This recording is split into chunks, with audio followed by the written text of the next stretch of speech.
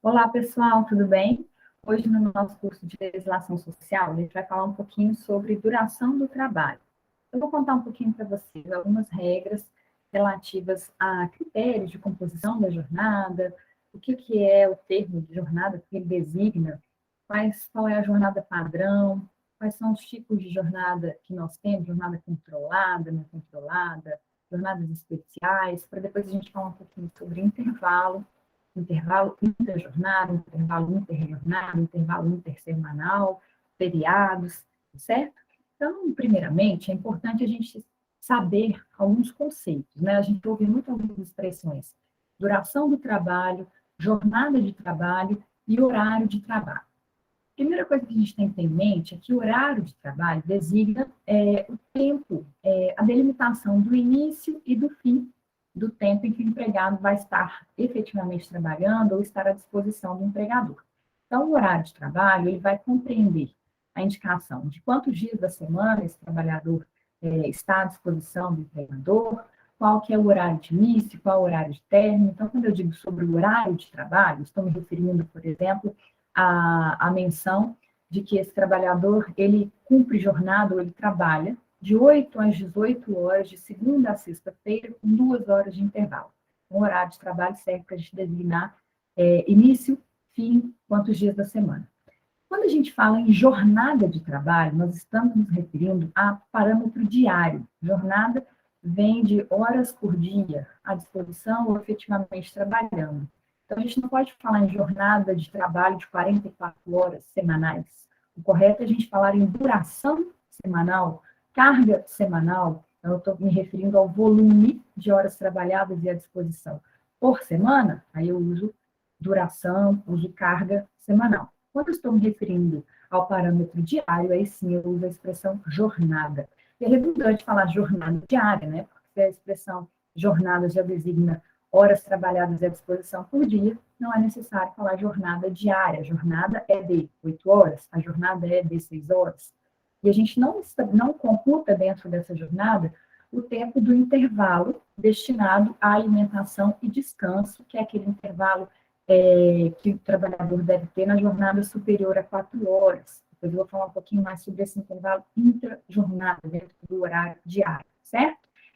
Em relação à composição da jornada de trabalho, né, o que o empregador deve remunerar? O que vai considerar como tempo de trabalho ou como tempo à disposição para fins de pagamento para o trabalhador? Via de regra, a CLT estabelece no artigo 4º e a jornada ela é composta pelo tempo trabalhado e também pelo tempo à disposição que esse empregado dedica ao empregador. Com a reforma trabalhista, com a Lei 13.467 de 2017, houve uma menção mais clara no artigo 4º da CLT, parágrafo 2º, do que não seria integrante da jornada de trabalho, ou seja, períodos em que o trabalhador pode estar nas dependências da empresa, por exemplo, mas que ele não está, aquilo ali não vai ser computado como integrante da jornada. Tempos, por exemplo, em que ele está dentro do local de trabalho, mas está se dedicando a atividades particulares, por interesse dele, ele adentrou na empresa, mas ainda não está efetivamente trabalhando, nem está à disposição. Então, por exemplo, ele está se dedicando a estudos, atividades, por exemplo, religiosas, enfim, né, está fazendo a alimentação dele ali, então, por questão de segurança, às vezes, para não ficar do lado de fora da empresa, ele já está ali dentro. Então, artigo 4º, parágrafo 2º, existe um detalhamento para tentar demonstrar de forma mais clara que não seria integrante da jornada de trabalho. E uma outra questão diz respeito à troca de uniformes. O tempo destinado à troca de uniformes sempre foi algo controvertido, né, dentro de ações trabalhistas, nos nossos tribunais, sempre houve muita controvérsia em relação a isso. O período que o empregado usa para vestir o uniforme antes de efetivamente dar início à jornada de trabalho, antes de iniciar o horário de trabalho, ele é computado na jornada ou não? A CLT, a partir da reforma trabalhista, deixa claro que o tempo destinado à troca de uniforme, ele não é integrante da jornada de trabalho. Só se houver uma exigência do empregador de que esse trabalhador vista o uniforme dentro da empresa, aí sim vai ser computado como integrante da jornada. Mas se ele já puder ir vestido para a empresa e faz a opção de se investir dentro da empresa, esse período não vai ser computado como integrante da jornada. Em algumas atividades, existe a necessidade de uma paramentação, né, de uma um processo mais complexo, mais demorado para utilizar o uniforme ou para colocar os equipamentos, o vestimento adequado à realização do trabalho. Por exemplo, os médicos, não tem como ele já ir paramentado com uma cirurgia, por exemplo, e em algumas outras atividades também é necessário que haja esse momento de vestir o uniforme, de colocar os EPIs, os equipamentos necessários para a realização do trabalho dentro da empresa. Então, nesses casos em que houver essa necessidade, aí sim esse período vai ser integrante da jornada, certo? E a gente também já tratou, né, numa outra videoaula, do contrato de trabalho intermitente, em que houve uma flexibilização com a reforma trabalhista, a mesma Lei 13.467 de 2017, criou uma modalidade de contrato em que o empregador ele vai chamar o empregado para se ativar somente quando houver a necessidade, a demanda. Então, é possível que esse trabalhador ele não seja convocado, então ele não receba pelas horas efetivamente trabalhadas. Então, no contrato de trabalho intermitente, existe uma relativização do artigo 4º da CLT, porque a regra era pagar o tempo trabalhado e o tempo à disposição. Com o contrato intermitente, o empregador ele vai pagar somente o tempo efetivamente trabalhado, quando ele convoca o trabalhador e esse trabalhador efetivamente realiza o serviço. Então, deem uma olhadinha lá na aula em que a gente falou sobre o contrato individual de trabalho, essa nova modalidade trazida com a reforma trabalhista, tá bem? E existem outros componentes especiais da jornada de trabalho, a CLT ela também estabelecia, né, antes da reforma trabalhista, no artigo 58, parágrafo 2º, o que a gente chama de horas in itinere, ou tempo in itinere. In itinere vem de no itinerário, o tempo de deslocamento da residência do trabalhador até o trabalho e o tempo de deslocamento no retorno do trabalho para a residência, ele poderia ser computado como integrante da jornada de trabalho, desde que se tratasse de um trecho não servido por transporte público ou fosse um local de difícil acesso. Além disso, o empregador fornecesse o transporte. Então, por exemplo, se eu estava falando de um trabalhador que trabalha numa mina, então ele vai com transporte público, ele vai de carro, ele vai de bicicleta, ele vai a pé até um determinado ponto. Mas a partir de determinado ponto, até chegar no local onde ele efetivamente trabalha, é um local de difícil acesso, é um local não servido por transporte público, ele não tem como chegar se o empregador não fornecer o transporte. Então, essa parte desse deslocamento, esse tempo de deslocamento, no trecho que não era servido por transporte público ou que era um local de difícil acesso, em que ele estava dentro do transporte fornecido pelo empregador até chegar naquele local, esse período de deslocamento era chamado de horas in itinere e era computado como integrante da jornada. Então, vamos supor, se a jornada contratual era de 8 horas, ele trabalhava de 8 às 18 horas, com 2 horas de intervalo, de segunda a sexta-feira. E, além disso, ele ainda tinha 20 minutos dentro desse trecho não servido por transporte público ou de difícil acesso, dentro do transporte fornecido pela empresa, para ir, mais 20 minutos para voltar, então a jornada de trabalho seria 20 minutos, mais 8 horas, mais 20 minutos, de 8 horas e 40 minutos. Com a alteração decorrente da Lei 13.467 de 2017, foi revogado esse artigo 58, parágrafo 2º da CLT, e deixou de existir essa previsão. Existe discussão, né, possibilidade de empregados que já tinham sido contratados antes, de ter que continuar aplicando para eles a regra como era no momento em que eles foram contratados. Existe essa interpretação do ordenamento jurídico, mas há também quem entenda que, a partir do dia 11/11 de 2017, quando passou a vigorar a Lei 13.467 de 2017, deixou de ser devido o cômputo desse tempo de deslocamento que tinha esses requisitos para caracterizar as horas in itinere.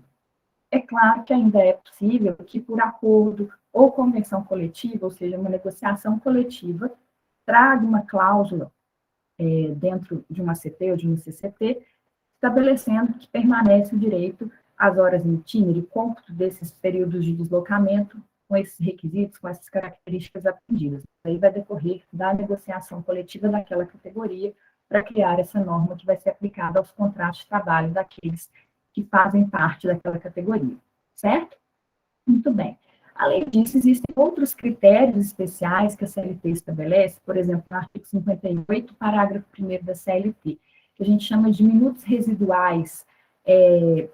Também há previsão na súmula 366 do TST em relação a esses minutos residuais. O que significam esses minutos residuais? Então, eu dei o exemplo de um horário de trabalho de 8 às 18 horas, com 2 horas de intervalo. Se o trabalhador chega até 5 minutos antes do início desse horário fixado e sai até 5 minutos depois, então ele chega todo dia 7h55 e sai todo dia às 18h05. Esses são minutos residuais, no início e ao final da jornada. Isso seria considerado como tempo extra, o empregador teria que pagar esses minutos a mais? Para o artigo 58, parágrafo 1º da CLT e para a súmula 366 do ST, o entendimento é de que essas alterações no horário de até 5 minutos antes e até 5 minutos após depois do horário de trabalho, elas não afetam, elas não gerariam direito às horas extras no meu exemplo. No entanto, se houver uma variação de mais de 5 minutos, para mais ou para menos, isso já vai afetar o horário de trabalho e vai gerar repercussão, seja para beneficiar o empregado, seja para beneficiar o empregador. Então, se eu mudar um pouquinho o meu exemplo e falar assim para vocês, a variação aconteceu, o empregado chegou às 7h53 e saiu às 18h05. Então, eu tive uma variação no início da jornada, minutos residuais, para mais de 7 minutos. No final da jornada, foi de 5 minutos. Então, eu tenho um total de 12 minutos. De acordo com a legislação e com a jurisprudência, se a gente tem variação de até 5 minutos antes, até 5 minutos depois, e desde que no total não ultrapasse 10 minutos, isso não vai gerar nenhuma repercussão. Mas no meu segundo exemplo, a gente teve 7 minutos antes e 5 minutos após. Nesse caso, todos os minutos residuais vão ser considerados como integrantes da jornada. Então, eu vou ter 7 minutos mais 5 minutos, são 12 minutos a mais naquele dia. Então, o empregador vai ter que pagar esses 12 minutos como extras, a não ser que exista um banco de horas, que é um assunto que a gente vai falar daqui a pouquinho. Tá certo? Então, nesse meu exemplo, 12 minutos para mais, 12 minutos extras nesse dia em que aconteceu essa situação. Agora, diferente seria se eu dissesse assim, o empregado se atrasou 5 minutos. Ele chegou às 8h05. E ele saiu 5 minutos antes. Ele saiu às 17h55. Essa variação de minutos não excedeu 5 no início, não excedeu 5 ao final, e na soma não ultrapassou 10 minutos. Não geraria, em tese, nenhuma repercussão. Porque seria considerado um atraso, geraria algum tipo de desconto desse trabalhador. No entanto, se esse trabalhador ele chega às 8h07 e sai às 18 horas, saiu no horário certinho, eu tenho uma variação de minutos de 7 no início da jornada, então são 7 minutos de atraso. O empregador, teoricamente, poderia descontar 7 minutos desse dia, dessa jornada, para esse fim. E também poderia ser o seguinte, ele chegou 7 minutos atrasado, saiu 5 minutos mais cedo. Aí eu tenho 7 minutos no início, 5 minutos ao final de não cumprimento da jornada, então são 12 minutos de não cumprimento da jornada, porque houve uma variação maior do que 5 minutos no início ou no final, e na soma deu mais do que 10 minutos, certo? Esse tipo de repercussão para o trabalhador, ela é relevante? Pode ser relevante de acordo com a legislação que a gente vai falar sobre repouso semanal remunerado, porque para que o empregado tenha direito de receber o repouso semanal remunerado da semana, ele tem que cumprir integralmente a jornada de trabalho. Então, se eu tenho um atraso que é significativo, ele pode perder não apenas esses 12 minutos, como também perder o pagamento do dia de descanso daquela semana. Ele não perde o direito de descansar, mas ele perde o direito de receber pelo dia de repouso. A gente vai falar um pouquinho mais disso daqui a pouquinho, tá bom? Além dessas hipóteses, também há previsão no artigo 244 da CLT do que a gente chama de tempo de prontidão e tempo de sobreaviso. A princípio, essas regras do artigo 244, elas foram criadas para gerir os contratos de trabalho de empregados trabalhavam em ferrovias. Então, por exemplo, se eu tinha um ferroviário que ficava em casa, por exemplo, dentro de uma escala de trabalho, eu tinha os que estavam na linha férrea efetivamente trabalhando. E aí eu tinha uma equipe que ficava em casa, aguardando ser chamada para o trabalho, caso houvesse necessidade. Eu não podia parar, né? O serviço não podia, a linha de trem não podia parar, precisava de alguém para operar. Então, existia esse tipo de escala de sobreaviso. Então, estar em casa, aguardando ser convocado para o trabalho, caracteriza o sobreaviso.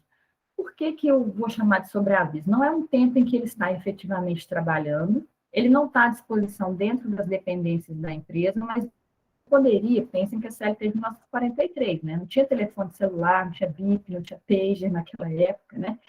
Então, ele estava aguardando um possível chamado, e se ele fosse chamado para trabalhar, ele tinha que imediatamente se deslocar e se ativar, né? Começar o trabalho, assumir o posto de trabalho e efetivamente trabalhar. Então, nessa escala de sobreaviso, a gente poderia, o empregado poderia ficar em sobreaviso até 24 horas. E a equivalência que o artigo 244 estabelece é que, a cada 24 horas de sobreaviso, tem-se o equivalente a 8 horas de trabalho. Então, o empregado receberia, pelas horas de sobreaviso, 1/3 do valor da hora normal. Dito de outro modo, se ele ficasse, então, cumprindo 24 horas de sobreaviso, seria como se ele tivesse efetivamente trabalhado 8 horas. E também havia a possibilidade da escala de prontidão. Então, a gente tinha também uma modalidade em que o trabalhador ele ficava aguardando ser chamado, aguardando ordens para trabalhar, mas dentro do estabelecimento do empregador. Aí a gente fala em tempo de prontidão. Ele estava aguardando ordens no local de trabalho, não estava efetivamente trabalhando. A escala de prontidão era de 12 horas. Então, para cada 12 horas de prontidão, poderia ser de até 12 horas. A cada 12 horas de prontidão, a gente teria o equivalente a 8 horas de trabalho efetivo, né?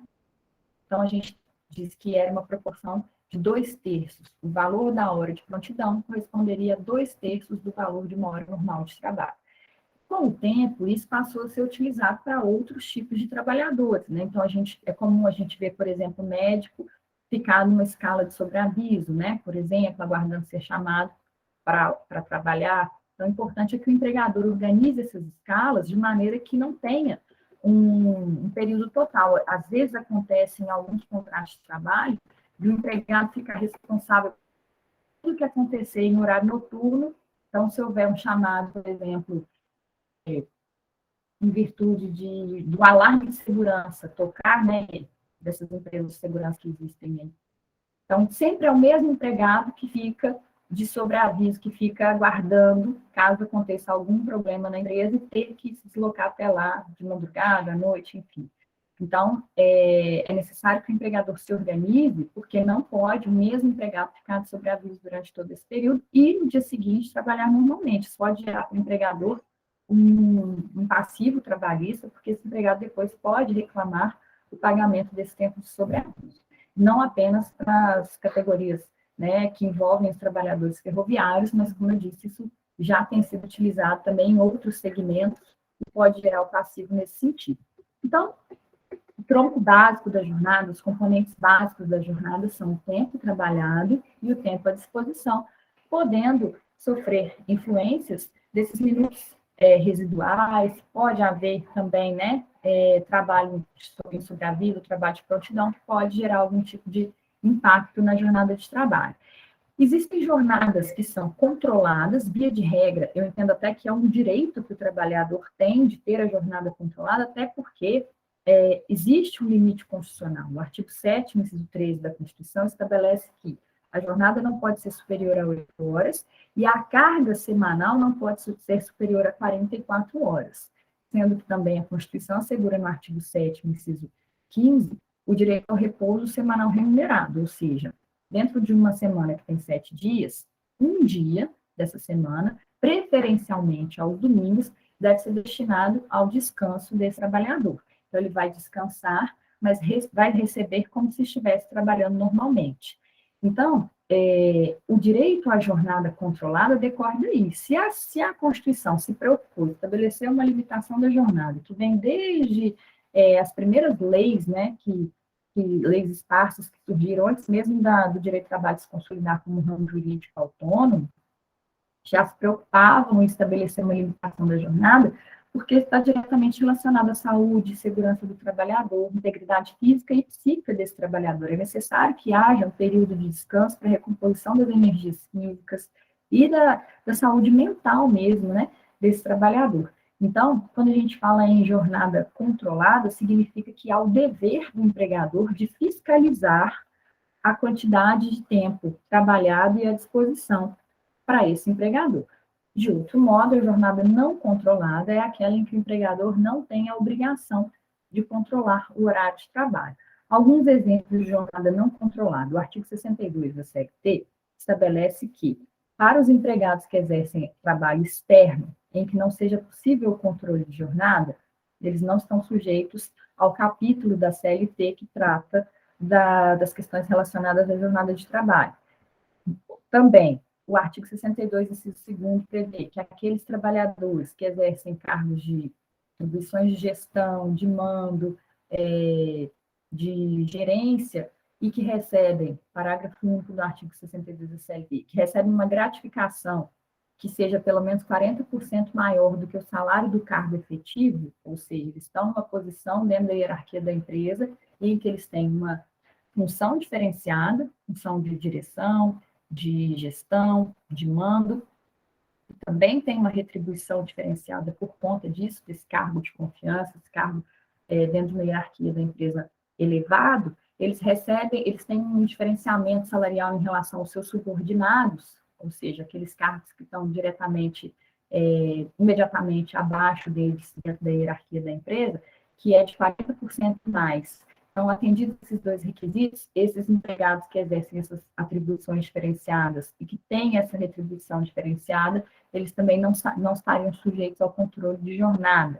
E, por fim, com a reforma trabalhista, com a Lei 13.467 de 2017, nós tivemos a inserção no artigo 62, do inciso 3º, que fala do teletrabalho.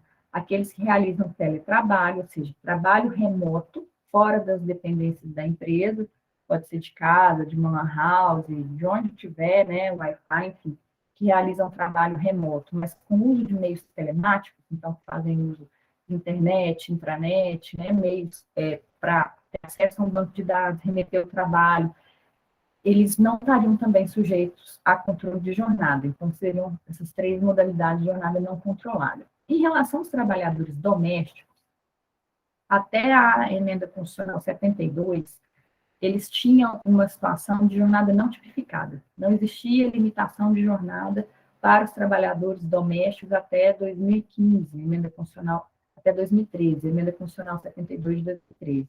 Posteriormente, nós tivemos a Lei Complementar 150, em 2015, regulamentando a jornada de trabalho do doméstico, que é limitada a 8 horas diárias, e a carga semanal de 44 horas. Essa mesma lei complementar, ela estabelece que é dever do empregador o controle da jornada. Então, mesmo que o empregador tenha só um empregado doméstico, ele tem que estabelecer, tem que ter aquele livro para registrar a frequência e o horário de trabalho, porque numa eventual ação trabalhista, vai prevalecer a alegação do empregado em relação ao horário de trabalho, vai presumir como verdadeiro o horário indicado na petição inicial, então o empregador tem que apresentar esse livro de registro dos horários, sob pena de haver uma presunção afastada por outros meios de prova, mas fica mais difícil para o empregador afastar nesse sentido.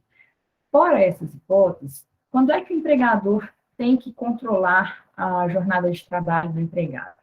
A CLT estabelece no artigo 74, parágrafo 2º, que quando há mais de 10 empregados no mesmo estabelecimento, que é obrigatório ter o registro do horário de trabalho. Quando nós tivemos a Lei da Liberdade Econômica, em setembro de 2019, ou 2019, com a pandemia a gente fica um pouco perdido no tempo, mas foi em 2019. Foi majorada essa quantidade de trabalhadores para 20. Então, a partir de setembro de 2019, os empregadores que têm mais de 20 empregados no mesmo estabelecimento têm a opção de ter o controle de jornada. Lembrando que para o doméstico prevalece a lei específica, a lei complementar 150, e basta que tenha um só, para aquele um só tem que ter o controle de jornada. Mas é possível que o empregador tenha menos do que essa quantidade de empregados prevista na CLT e que ele adote, ele faça a opção de controle de jornada por conta própria, e aí então ele abre mão da jornada não controlada, então ele não teria obrigação de ter o controle.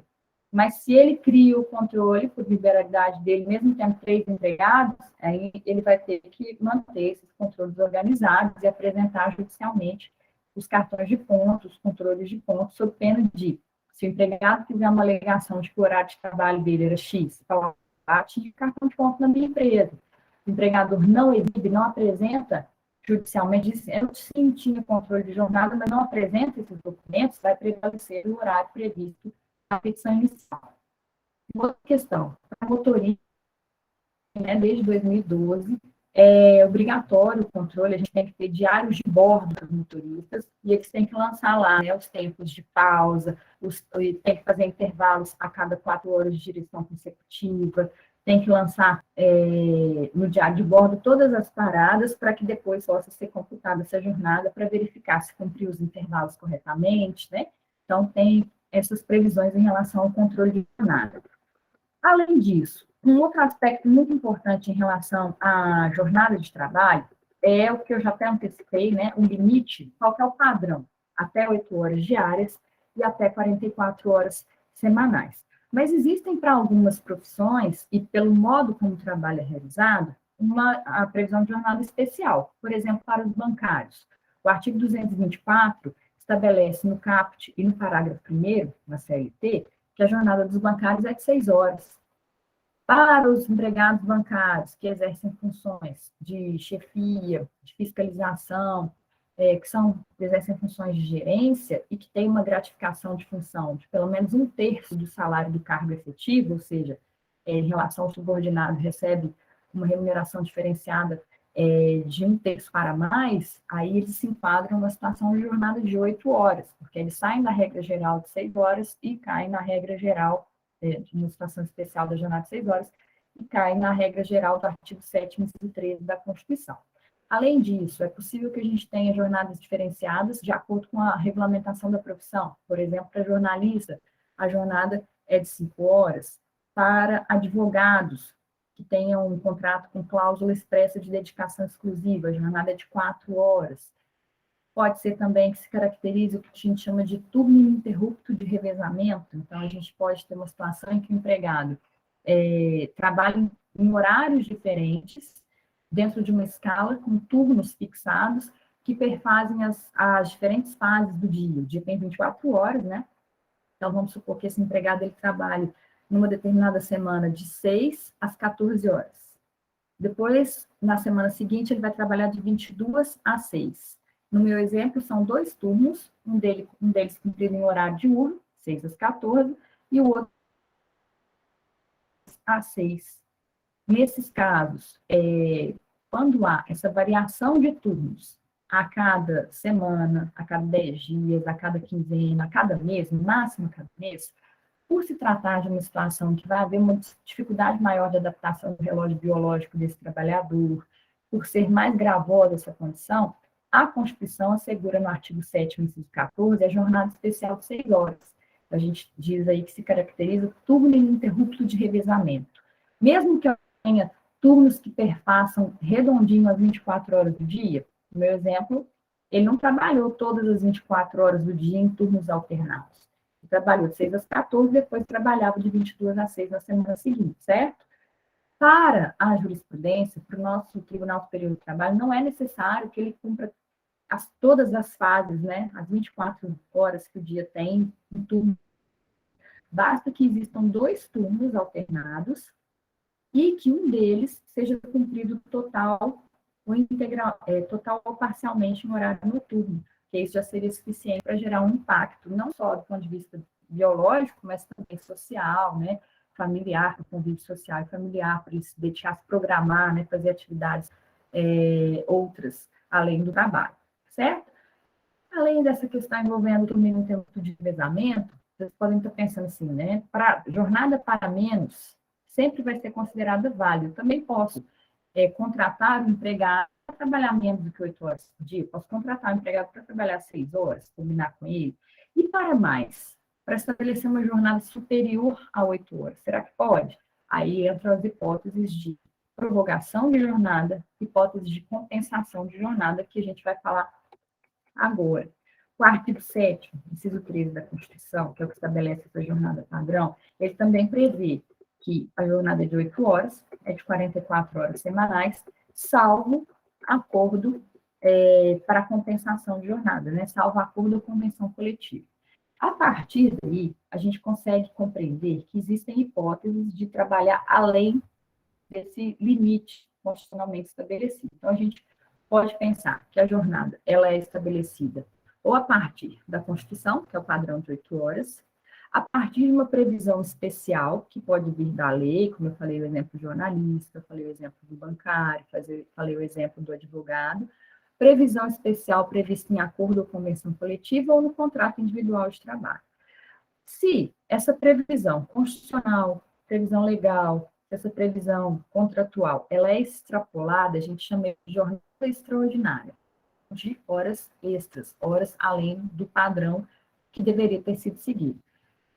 Essa extrapolação ela pode ser decorrente de uma prorrogação, então ela foi uma situação pontual, ela não se repete no tempo. Então, por exemplo, a CLT ela autoriza prorrogações das hipóteses do artigo 61 em caso de força maior, em a realização de serviços inadiáveis, para a realização de serviços cuja inexecução possa acarretar um manifesto prejuízo ao empregador. Então, por exemplo, em virtude de uma enchente, né, a gente teve agora aqui, né, infelizmente, situações assim, no estado de Minas Gerais, em janeiro de 2022.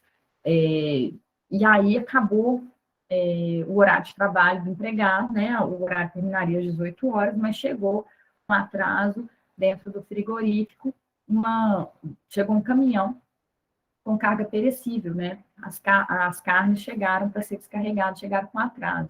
O empregado pode falar assim, olha, deu 18 horas, acabou meu horário de trabalho, eu estou indo embora.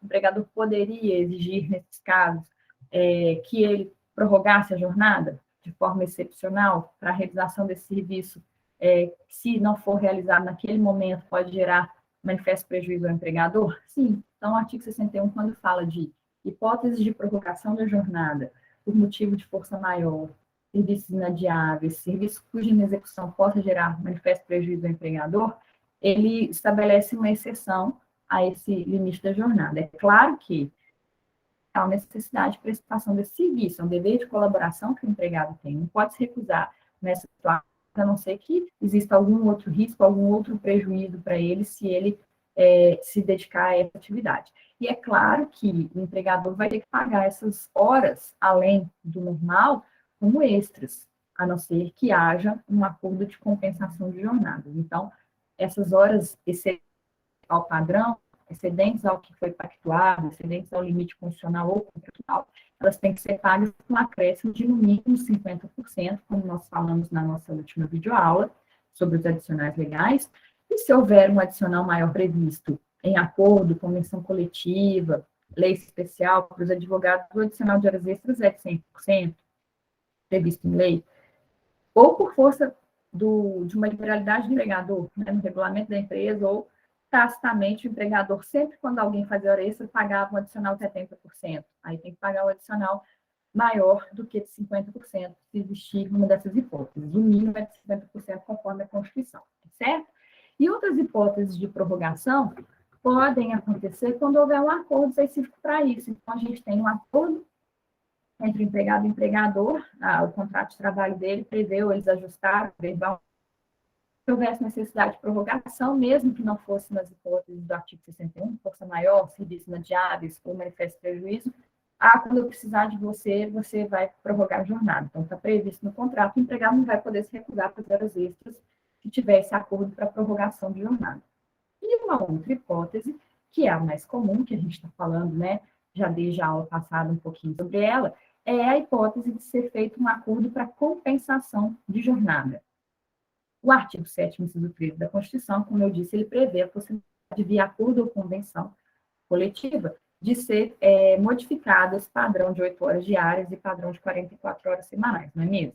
Então, esse acordo para compensação de jornada, ele significa o seguinte: eu exigir, o empregador vai exigir mais horas de trabalho num determinado dia, mas ele vai compensar esse acréscimo, essas horas excedentes, elas vão ser compensadas com a concessão de folgas, com a concessão de redução de jornada em outros dias.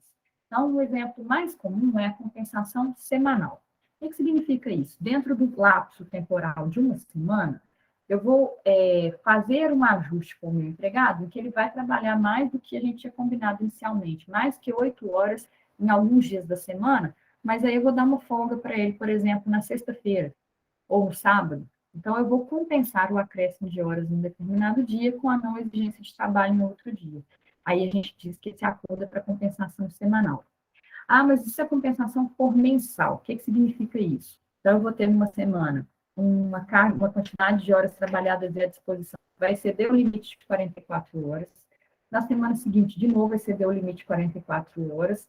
Na terceira semana, exceder o limite de 44 horas. Mas antes de fechar o mês, na última semana do mês, eu concedo folgas de forma a equilibrar, de forma que, se eu mês, eu vou ter exatamente, de média, 44 horas em todas as semanas. Então, dentro do lapso temporal mês, vai haver um equilíbrio e eu vou conseguir compensar as horas trabalhadas a mais em alguns dias com a não concessão, com a concessão de folga, com a redução de jornada em outros dias. Quando eu digo que a compensação é semestral, o mesmo raciocínio, a gente diz que o parâmetro de compensação é de até 6 meses. Então, eu vou poder exigir, ao longo de 5 meses, o trabalho do empregado além do limite de 8 horas ou além do limite de 44 horas, mas antes de fechar o período de 6 meses, eu vou conceder folgas, eu vou conseguir equilibrar essa jornada de maneira que ela, numa média, não ultrapasse o limite de 44 horas semanais, não ultrapasse o limite de 8 horas diárias, pela média. E pode ser até anual, aí a gente chama de banco de horas, o acordo de compensação, quando ele é anual, a gente chama de banco de horas. Aí o lapso temporal é de até 12 meses. Regras. Primeira regra, eu posso exigir do empregado mais do que 8 horas de forma ilimitada? Não, o artigo 58, o artigo 59 da CLT estabelecem que só podem ser prorrogadas, a compensação pode acontecer desde que a prorrogação seja de até 2 horas a mais por dia. Então, para a compensação ser válida, eu não posso exigir mais do que 10 horas de trabalho dentro de um mesmo dia. Depois eu vou falar do regime de trabalho de 12 por 36, que vocês já devem estar pensando nele. Mas a regra é essa. Compensação de jornada, seja ela semanal, mensal, semestral ou banco de horas anual, não pode exceder o limite de até 10 horas por dia. Além disso, eu não posso ultrapassar o prazo pactuado para compensação. Não posso fazer um acordo de compensação semanal e deixar para compensar no final do mês, porque assim eu vou estar deixando de observar o parâmetro máximo semanal para a compensação acontecer dentro daquele período. Se não der para compensar as horas dentro daquele parâmetro que eu tinha estabelecido, então eu tinha um acordo para compensação semestral da jornada. Acabou o semestre, não teve jeito, não consegui compensar aquelas horas, o empregado tem créditos de horas para mais. Então, eu vou ter que pagar para ele, como horas extras, as horas que não foram compensadas. Eu vou pegar o valor da remuneração, quando acaba o período de 6 meses, vou colocar o adicional de horas extras, vou pagar para ele a quantidade de horas extras devidas. Mesmo raciocínio, se esse empregado for dispensa, se o contrato for extinto, por dispensa, por demissão, ele tem direito adquirido aquelas horas a mais que ele trabalhou, e aí, quando forem pagas as verbas rescisórias, o empregador vai pagar também as horas pendentes de compensação, as horas acrescidas junto com as verbas rescisórias. E para estabelecer qual que é a forma que o empregado tem para estabelecer esses acordos de compensação de jornada. Para compensação semanal, pode ser um contrato, um acordo escrito, individualmente, entre o empregado e o empregador, ou pode ser de forma tácita. Então, por força do hábito, a gente já combinou assim, né? Desde o início, por força do hábito, sempre foi assim, trabalhava 9 horas de segunda a quinta-feira, 8 horas na sexta-feira, e no sábado não trabalhava. Se eu somar 4 vezes, se eu somar essas 9 horas de segunda a quinta-feira, a gente tem 36 horas, mais 8 horas da sexta, vão dar 44 horas.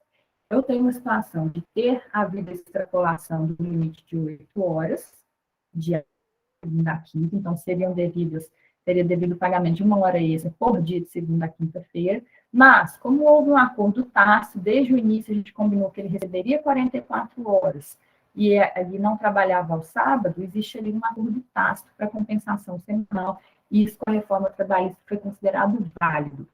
Para compensar até dentro de um mês, pode ser assim, pode ser um acordo individual escrito, ou pode ser um acordo individual, acordo entre empregado e empregador, feito de forma tácita. Mas se for para compensar num período superior a um mês, então eu vou exigir mais horas de trabalho e vou compensar só dentro de um semestre. Não vou respeitar o limite de um mês para essa compensação. Aí, nesse caso, o artigo 59 da CLT, nos parágrafos 2º, 5º e 6º, estabelece que para um acordo de compensação semestral, é necessário que o acordo seja feito por escrito, entre as partes, empregado e empregador, e se for um banco de horas para compensação anual, só pode ser por acordo ou convenção coletiva. Acordo ou convenção coletiva pode estabelecer a compensação em qualquer período temporal, por semana, por mês, semestre, no máximo até um ano. Se for para ser um acordo feito entre empregado e empregador, só pode estabelecer a compensação no prazo máximo de 6 meses. Tem que fazer por escrito, quando for para compensar em até 6 meses, quando for é um mês, tacitamente não precisa ser feito por escrito. Isso é o que a gente tem no artigo 59 da CLT, parágrafo 2º, 5º e 6º, depois da Lei 13.467 de 2017. Além disso, com a lei acadêmica, né, as medidas provisórias que eu mencionei, 927, 936 de 2002, e depois 1045 e 1046 em 2021, foi autorizada, né, com a MP 936, depois a MP 1046, a compensação em até 18 meses. Mas é uma situação excepcional dentro do período de calamidade pública decorrente da pandemia da Covid-19. Então, uma situação excepcional, a possibilidade de compensação de horas em até 18 meses, tá certo? E eu falei que ia falar para vocês sobre o regime de 12 por 36. O regime de 12 horas de trabalho por 36 horas de descanso, como é que ele funciona? O empregado ele pode cumprir uma jornada de 12 horas e aí ele vai descansar durante 36 horas. Para que isso fosse considerado como válido antes da reforma trabalhista, só poderia ser feito mediante acordo ou convenção coletiva. Após a reforma trabalhista, passou a ser prevista essa possibilidade mediante ajuste individual entre empregado e empregador. Artigo 59, A maiúsculo da CLT passou a prever essa possibilidade. Por que existia uma resistência? Por que a súmula 444 do TST dizia que só podia ser mediante acordo ou convenção coletiva? Que tinha que ter a participação do sindicato dos empregados, negociando com o empregador, grupo de empresas ou sindicato dos empregadores. Porque é uma situação que pode gerar prejuízo para o trabalhador, principalmente os profissionais da área da saúde, porteiros, vigias, costumam trabalhar nesse regime de 12 horas por 36. É uma jornada bastante elastecida, né?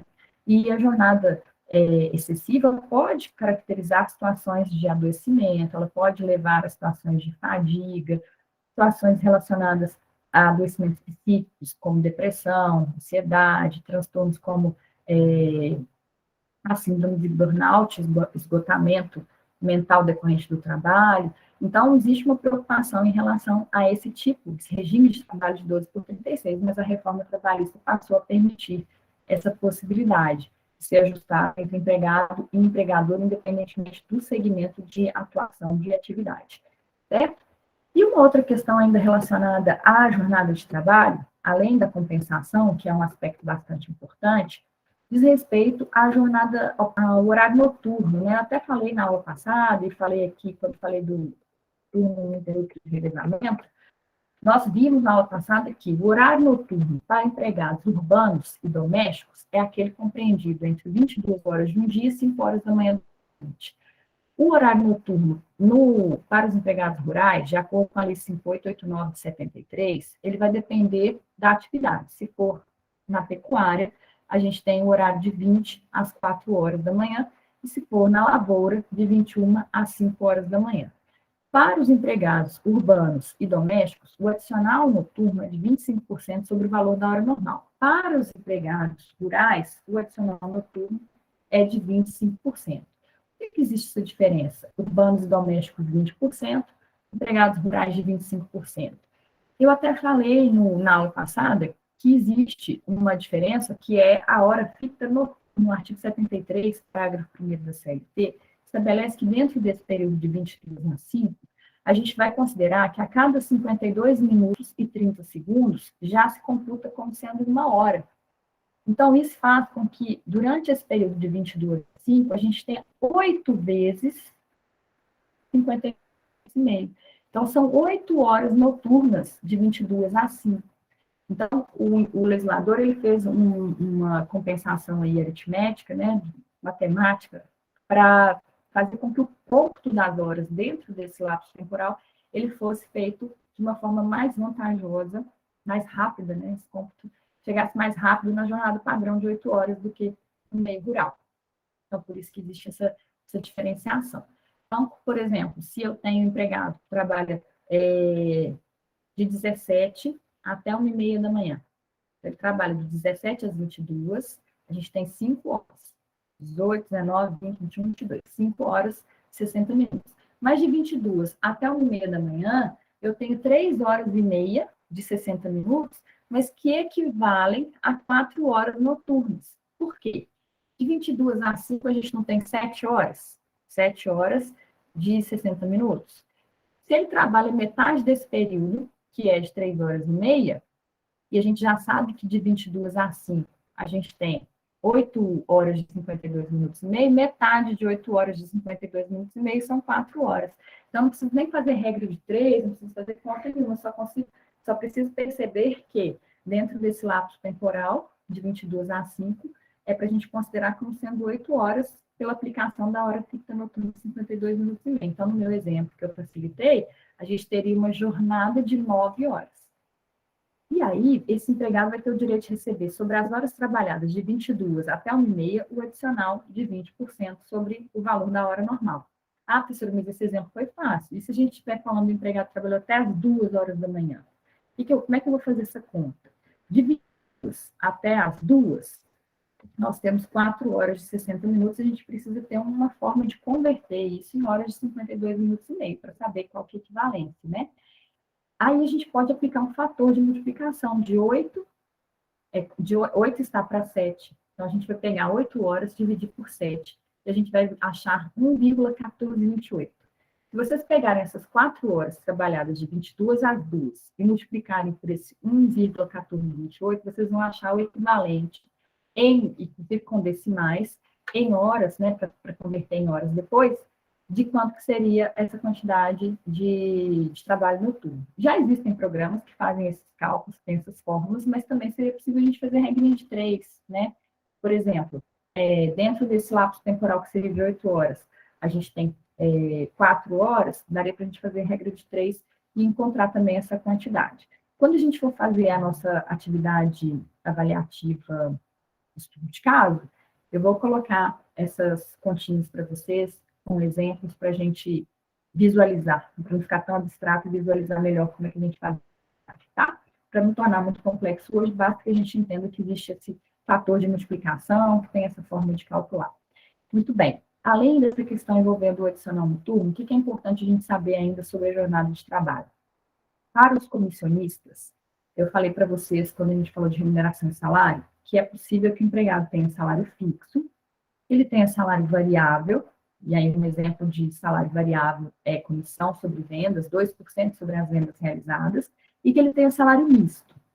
Quando a gente tem uma hipótese de salário variável, se esse empregado trabalha 10 horas por dia, ou se ele trabalha 8 horas por dia, vocês concordam que ele vai realizar vendas em 8 horas ou em 10 horas, ele vai receber as comissões pelas vendas realizadas naquele tempo que ele trabalhou? Então, as comissões, elas já vão remunerar por si sós o tempo trabalhado. sejam as 8 horas, sejam as 10 horas. Só que a Constituição assegura que, para quem trabalha além do limite, no meu exemplo, no limite de 8 horas, tem que receber um adicional de horas extras. Então, para o comissionista, é devido o adicional de horas extras sobre as horas trabalhadas além do limite. As comissões já pagam as horas propriamente ditas, as horas trabalhadas além daquele limite de 8 horas. Então, eu não vou pedir 2 horas extras, 2 horas acrescidas do adicional de 50%. Eu vou pedir, no caso do comissionista, o adicional de 50% sobre as 2 horas trabalhadas além do limite. Mas as 2 horas em si já estão embutidas, já estão sendo remuneradas junto com as comissões que ele vai receber naquele mês. Também vou colocar um casinho prático lá, um exemplo com indicação de valores, para vocês entenderem direitinho como é que funciona essa coisa, certo? E, por fim, os intervalos, né? O artigo 71 da CLT estabelece que na jornada superior a 4 horas é devido o intervalo de 15 minutos, se a jornada for de até 6 horas. Então, se a jornada é de até 4 horas, nenhum intervalo é devido. Se a jornada for maior que 4 horas e até 6 horas, aí vai ser devido o intervalo de 15 minutos. Se a jornada é superior a 6 horas, vai ser devido o intervalo de no mínimo 1 hora e no máximo 2 horas dentro do horário diário. Esse período de intervalo ele não é computado como tempo trabalhado, não é computado como tempo à disposição, ele não é remunerado pelo empregador. Então, se eu tenho o horário de 8 às 18 com 2 horas de intervalo, vamos supor de meio-dia às 14, eu vou dizer que a jornada é de 8 horas e o intervalo é de 2. Para que o intervalo seja maior do que 2 horas, é possível? Por acordo ou convenção coletiva, sim. Não pode ser um ajuste entre as partes para majorar o intervalo para mais de 2 horas. No caso do empregado rural, o intervalo pode ser maior que 2 horas, mesmo que não haja previsão em acordo com a convenção coletiva, desde que seja conforme os costumes da região. Para o intervalo ser menor do que 1 hora, por exemplo, é possível? O artigo 71, parágrafo 3º da CLT estabelece que, de acordo com a inspeção que pode ser realizada dentro do local de trabalho, pelo Ministério do Trabalho, se ficar constatada essa possibilidade, então, tem que ser de 50 minutos por esse intervalo, né? Mas, a Lei 6.400 é que foi introduzido na CLT o artigo 611-A. Ele estabelece que, por acordo conventiva, pode ser fixado um intervalo da jornada de 30 minutos. Então, nas hipóteses em que o intervalo deveria ser de 1 hora, ele pode ser de 30 minutos por força de convenção coletiva para empregados urbanos e rurais. Já para os empregados domésticos, já existia essa previsão de intervalo que deveria ser de 1 hora e 30 minutos, desde que houvesse um acordo escrito entre empregado e empregador. Então, vejam a diferença. Empregado urbano, empregado rural, o intervalo de 1 hora pode ser reduzido para 30 minutos por acordo ou convenção coletiva, exige a participação do sindicato. Para o empregado doméstico, o intervalo de 1 hora pode ser reduzido para 30 minutos por acordo entre o empregado e o empregador, individualmente, desde que seja feito por escrito.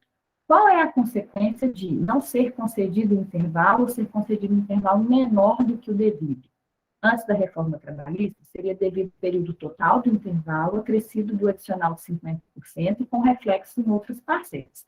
Então, se eu tivesse uma situação em que o intervalo devido era de 1 hora e fosse concedido zero, nem intervalo, o empregador teria que pagar 1 hora, acrescida do adicional de 50%, e essa parcela seria tratada como hora extra fixa, geraria reflexo em 13º, férias, FGTS e outras. A partir da Lei 13.467 de 2017, foi alterado o texto do artigo 71, parágrafo 4º da CLT, e passou a prever que vai ser devido à indenização do período que faltou para completar o intervalo, acrescido de 50%. Como fala que é a título de indenização, então afasta a possibilidade de serem devidos reflexos. Então, por exemplo, o intervalo deveria ter sido de 1 hora. Foram concedidos 20 minutos. A partir da reforma trabalhista, o que será devido? O tempo que faltou para completar 1 hora. Então, 40 minutos, acrescidos de 50%, sem reflexos. Além desse intervalo, para alimentação e descanso dentro do horário normal de trabalho, que a gente chama de intervalo intra-jornada, podem existir outros intervalos intra-jornada que são especiais, que têm que ser pagos pelo empregador como se fosse tempo trabalhado à disposição, em virtude de necessidades do serviço relacionadas à saúde e segurança do trabalhador. Então, por exemplo, quando a gente fala em empregado que trabalha em câmara frigorífica, em virtude de choque térmico, ele, a cada 100 minutos trabalhados, ele tem 20 minutos de descanso, que vão ser remunerados pelo empregador como se fossem tempo trabalhado. Empregados que trabalham em minas de subsolo, a cada 3 horas tem que ter um intervalo de 15 minutos. Então, esse tipo de intervalo especial tem que ser remunerado pelo empregador como se fosse tempo trabalhado, por ser uma questão relacionada à segurança do trabalhador. Além do intervalo intra-jornada, também é assegurado no artigo 66 da CLT o intervalo interjornada, entre uma jornada e outra. Então, entre um dia e outro de trabalho, tem que ser observado o mínimo de 11 horas para descanso do empregado. Em algumas atividades, esse intervalo pode ser até maior do que 11 horas. E a consequência da não concessão desse intervalo de 11 horas é o pagamento do tempo que faltou para completar acrescido do adicional de 50.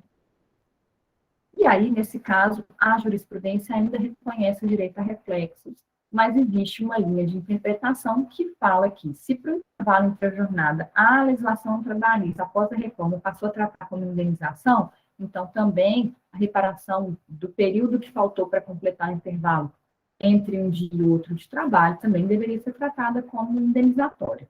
Então, isso ainda é objeto de controvérsias nas ações trabalhistas. E, além disso, também é assegurado um intervalo intersemanal. Entre uma semana e outra de trabalho, tem que ser assegurado um intervalo de pelo menos 24 horas consecutivas, que é a chamada folga semanal. Então, se a gente pensar, entre um dia e outro, a gente não tem que ter 11 horas de intervalo. Entre uma semana e outra, tem que ter uma folga que é de 24 horas consecutivas. Então, significa que entre uma semana e outra de trabalho, a gente tem que ter ao todo 35 horas, pelo menos, de período sem que haja trabalho, sem que haja tempo à disposição do empregador.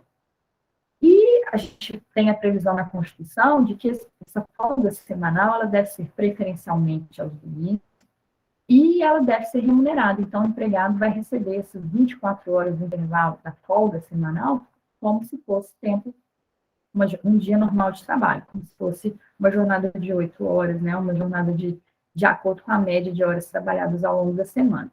Inclusive, os pagamentos variáveis que forem devidos a esse empregado naquela semana, também, pela média, devem ser considerados para pagamento desse repouso. Na Lei 605 de 1949, o artigo 7º é que estabelece essa regra.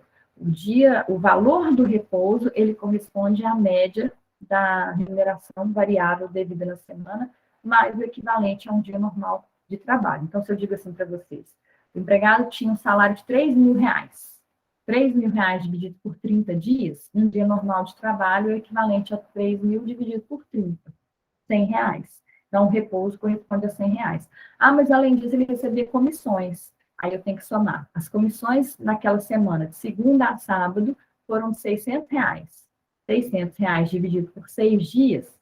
Ah, mas a semana tem 7. Sim, mas um dia da semana não é a título de repouso? Então, sempre eu divido por 6. Mesmo que esse empregado trabalhe 3 vezes na semana, eu divido por 6. É sempre o repouso é 1/6 dos pagamentos variáveis. Então, aí, nessa semana, ele já vai ter embutido lá nos R$3.000, R$100 a título de repouso semanal daquela semana. E, além disso, ele tem que receber o reflexo das comissões no repouso semanal remunerado, ou repouso semanal remunerado sobre as comissões. Não sei, R$600 dividido por 6, mais R$100 naquela semana. Só que a gente faz isso no final do mês, né? Quando é o fechamento do mês. Então, comissões na semana 1, mas isso tudo vai pagar lá no final do mês o salário de R$3.000, as comissões, e no contra-cheque vai aparecer ainda assim, repouso semanal remunerado sobre as comissões. Certo? E para isso tudo, sobre isso tudo é que vai incidir o FGTS, vão ser calculadas as férias, 13º, então tudo isso repercute nas outras parcelas que decorrem do contrato de trabalho, que tem como base de cálculo a remuneração ou o salário. Quando é que o empregado perde o direito de receber o repouso semanal remunerado? Quando ele não cumpre integralmente o horário naquela semana, então se ele tiver atrasos, faltas injustificadas, ele vai continuar tendo o direito de descansar as 24 horas, mas ele não vai receber essas 24 horas. Significa que uma falta injustificada dentro de uma determinada semana, ela vai levar ao desconto dos salários do dia daquela falta e também ao desconto do valor do repouso correspondente àquela semana, certo? Os feriados. De acordo com essa Lei 605 de 1949, os feriados são equiparados ao repouso para fins de descanso e pagamento. Dias de feriado, o empregado não vai trabalhar, mas vai receber o correspondente àquele dia não trabalhado, como se fosse o repouso semanal remunerado, certo? Existem ainda outras regras sobre o repouso semanal remunerado que podem também ser no domingo, ele pode ter folga compensatória em outro dia da semana para que o empregador não tenha que fazer o pagamento em dobro? Sim. Então, o empregado foi escalado para trabalhar no domingo naquela semana e não teve a folga. Ele trabalhou, pode considerar folga em outro dia dentro daquela mesma semana ou na semana seguinte, de acordo com o artigo 9º da Lei 605 de 1949. Poderia, sim, o empregador fazer dessa forma. Ah, mas se ele não concedeu a folga dentro do período de uma semana, aí o empregador vai ter que pagar o equivalente, vai ter que fazer o pagamento desse repouso semanal remunerado de forma dobrada, que é o que consta nesse artigo 605 de 1949. Certo? Então, ficamos por aqui. Muito obrigada, pessoal. Até a próxima.